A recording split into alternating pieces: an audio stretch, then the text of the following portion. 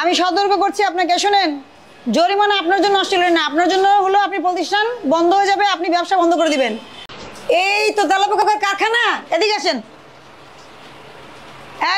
এই ম্যানেজার কই? ম্যানেজার, এইরকম তেলাপোকা যদি থাকে আর এই পাশে যদি আপনার এভাবে খাবার রাখেন, আপনি তেলাপোকা এই খাবারের মধ্যে গেলে আপনার খুঁজে পাওয়ার সম্ভাবনা আছে কিনা? আপনার তরকারির যা রং তেলাপোকার একই রং।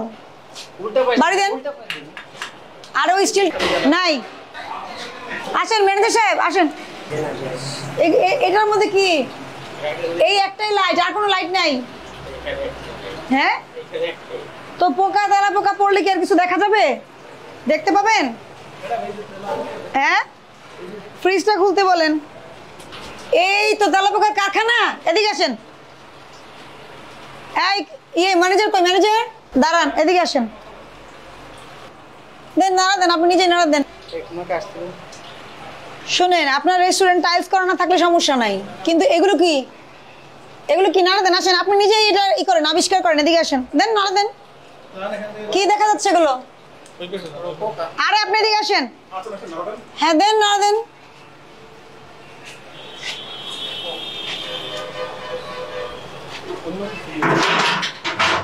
কাঠি, একটা কাঠি দেন না ওনার হাতে, এটা এই দেন, লাঠি দেন ওনার হাতে।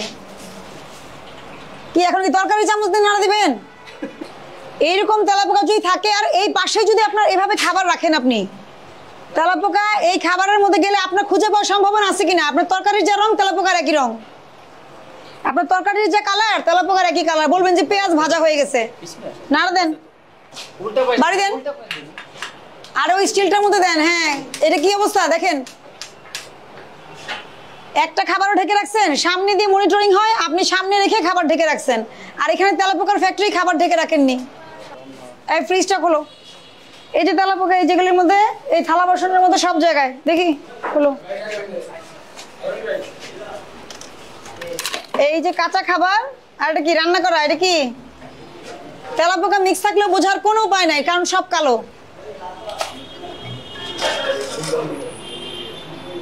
এটা কি জিনিস? এগুলো কি জিনিস? এটা এটা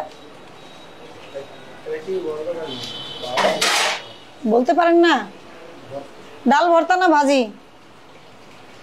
এগুলো ফেলেন,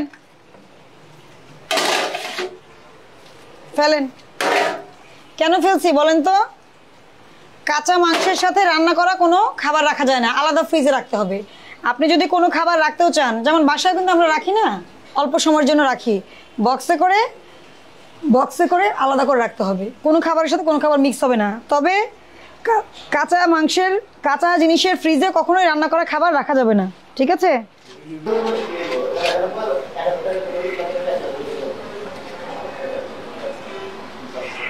কোনটা যে পেঁয়াজ ভাজা আর কোনটা যে তেলাপোকা ভাজা, এটা তো বোঝার কোনো উপায় নাই এই রেস্টুরেন্টে।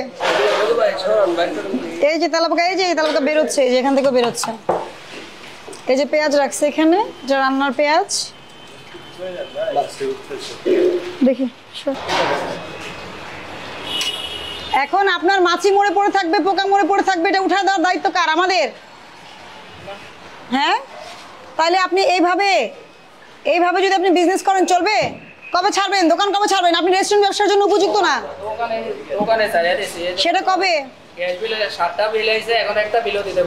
হ্যাঁ, এটার মানে কি আপনি অপরিষ্কার অপরিচ্ছন্ন তেলাপোকা যুক্ত খাবার খাওয়ালে কি এটা দিয়ে মাপ হবে? সেটা বলেন। আপনি বিল দিয়ে আপনি মার্কেট থেকে চলে যান। আপনি রেস্টুরেন্ট চালানোর মতো নিরাপদ খাদ্য আপনি মানুষকে খাওয়ানোর মতো যোগ্যতা আপনার নাই। আপনি দোকানটা বন্ধ করে দিয়ে চলে যান, আপনার করতে হবে না দোকান। আমি বোঝাতে পারছি আপনাকে? নিরাপদ খাদ্য যদি আপনি তৈরি করতে পারেন তাহলে খাওয়াবেন। আপনার মূল্য তালিকা নাই, আপনার এখানে তেলাপোকার কারখানা, আপনার ফ্রিজের ভিতরে পর্যন্ত তেলাপোকা। আপনার জন্য রেস্টুরেন্ট বিজনেস না। শোনেন, আমাদের তাকান। আপনাকে তো লক্ষ টাকা ফাইন করলে তো কোনো লাভ নেই, আপনি তো খাবার তৈরি করতে পারবেন না। আপনি এই বিজনেস আর করবেন না। কি করবেন? আর করবেন? কবে ছাড়বেন? 3 মাসের পরে চুক্তি শেষ। 3 মাসের মধ্যে এটা উঠায় ফেলেন, এটা 1 সপ্তাহের মধ্যে উঠায় ফেলে এটা গোডাউন বানায় ফেলেন, মুদি দোকান বানায় ফেলেন। মুদি দোকানে যদি তেলাপোকা থাকে, ওখানে তো কাঁচা খাবার থাকে, রান্নার কিছু থাকে না, তখন হয়তো আমরা ব্যবস্থা নিই না। কিন্তু আপনি এই ধরনের খাদ্য প্রতিষ্ঠান যারা খাদ্য উৎপাদন করে, প্রক্রিয়াকরণ করে, এসব জায়গায় এটা অসম্ভব। আপনি বিজনেস করতে পারবেন না। কালকেই গুটাই ফেলতে হবে। 3 মাস পরে যেটা আপনি ভাড়া আছে আপনি অন্য কাজে ব্যবহার করেন। বুঝাতে পারছি আমি? এই এলাকায় শোনেন, এই এলাকাতে কারা আসে? কারা আসে?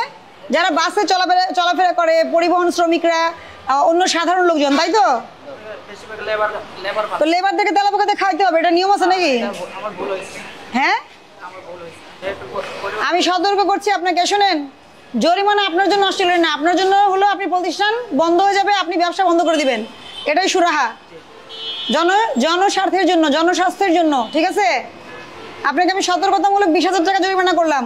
20,000 টাকা জরিমানা পরিশোধ করবেন এবং এই দোকান উঠাই দিবেন, থাকবে না এই দোকান আপনার, ঠিক আছে?